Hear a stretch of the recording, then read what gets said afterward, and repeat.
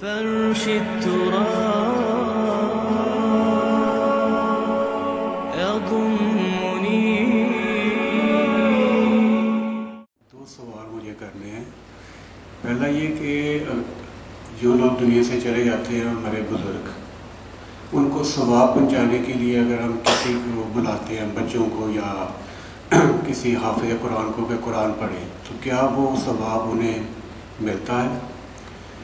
دوسرا سوال یہ ہے کہ مرنے کے بعد انسان کی زندگی، کیا جو نیک لوگ ہیں وہ قبروں کے اندر ہی ہیں، اور کیا ان کا کوئی عمل دخل دنیا میں رہ جاتا ہے، یا کیا وہ ہمارے لیے کوئی دعا کر سکتے ہیں یا نہیں؟ پلیز ذرا تفصیل سے اس معاملے میں روشنی فرمائیے. اس میں تو کیٹیگوریکل میرا جواب ہے کہ قطعاً نہیں، بلکہ یہ بدعت ہے. یعنی یہ بجائے آپ کو کوئی ثواب دلانے کے الٹا جو ہے آپ پر گرفت ہو جائے گی. ایسی کوئی چیز صحابہ سے ثابت نہیں ہے، اور ہمارا دین وہی ہے، ما انا علیہ واصحابی. رسول نے فرمایا جس چیز پر میرا عمل ہے اور میرے صحابہ کا ہے، دین تو اصل میں وہی ہے. جہاں تک ایصال ثواب کا تعلق ہے، اس میں ہمارے ہاں ذرا کافی مختلف آراء موجود ہیں. مجھے اس رائے سے اتفاق ہے کہ مالی اگر کوئی عبادت ہے، اس کا ثواب آپ اپنے کسی فوت شدہ بزرگ کو منتقل کر سکتے ہیں. مطلب آپ نے کسی بیوہ کی کوئی مدد کی ہے، کسی یتیم کی کوئی مدد کی ہے، کسی دینی کام میں پیسہ لگایا ہے، کوئی صدقہ جاریہ شروع کیا ہے خدمت خلق کے لیے وغیرہ وغیرہ، تو اس کی تو جو ہے اس کے ثواب کو منتقل کیا جا سکتا ہے کہ اللہ اس کا ثواب میرے والد یا میری والدہ کے وہ کو پہنچا دے. جسمانی نہیں. آپ نماز پڑھ کے کہیں اس کا ثواب، یا روزہ رکھ کر کہیں کہ اس کا ثواب، یا یہ کہ آپ قرآن پڑھ کر کہیں، یہ آپ ہی کو ثواب ہوگا. آپ خود پڑھیں گے آپ کو ثواب ہوگا. البتہ ایسے تمام افعال کے بعد جب آپ اللہ سے دعا کریں گے، یہ نہیں کہیں گے کہ میرے اس فعل کا ثواب منتقل کر دے، اے اللہ میرے والدین کی مغفرت فرما. تو یہ کوئی نیک کام کرنے کے بعد جو ہے اس دعا کی تاثیر جو ہے وہ بڑھ جاتی ہے. بس اس پہلو میں انڈائریکٹلی اس کا ایک تعلق بن جائے گا. ورنہ یہ کہ وہ اس طریقے سے بچوں کو بلانا اور پڑھانا اور یہ جو ہے سوئم میں کرنا اور قرآن خوانی کی محفلیں، یہ سب بدعات ہیں، اور یہ در حقیقت دین میں اضافے ہیں، اور ان کی کوئی حقیقت نہیں ہے. دیکھیے، انسانی زندگی کے یہ 3 دور ہیں. حیات دنیاوی جو ہماری پیدائش سے شروع ہو کر اور ہماری موت پر ختم ہو جائے، پھر حیات برزخی موت سے لے کر قیامت کے دن تک، اور پھر حیات اخروی ہے قیامت میں ریزریکشن کے بعد سے وہ زندگی جو ہے جو جنت یا دوزخ کی ہے.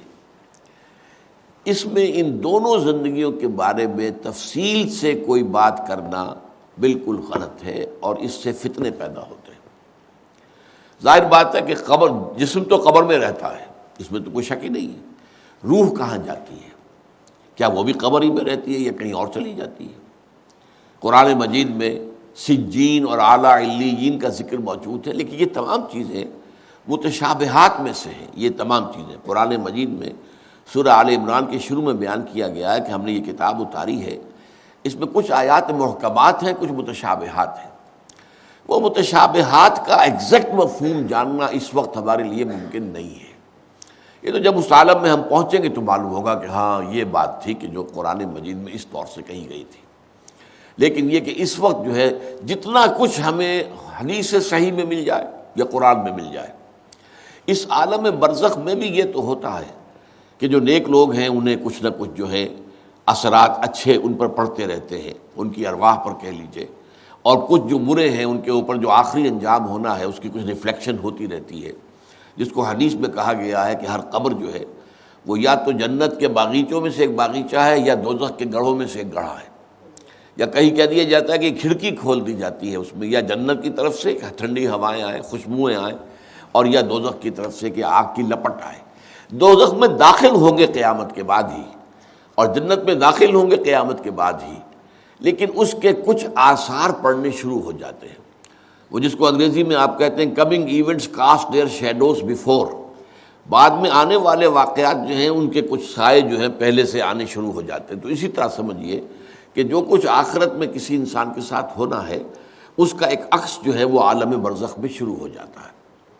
اسی لیے قرآن مجید میں یہ بھی آیا ہے کہ یہ جو آل فرعون تھے یہ صبح و شام جہنم پر پیش کیے جاتے ہیں، اور قیامت کے دن پھر کہہ دیا جائے گا ادخلوا آل فرعون النار، ان کو داخل کر دو آگ کے اندر۔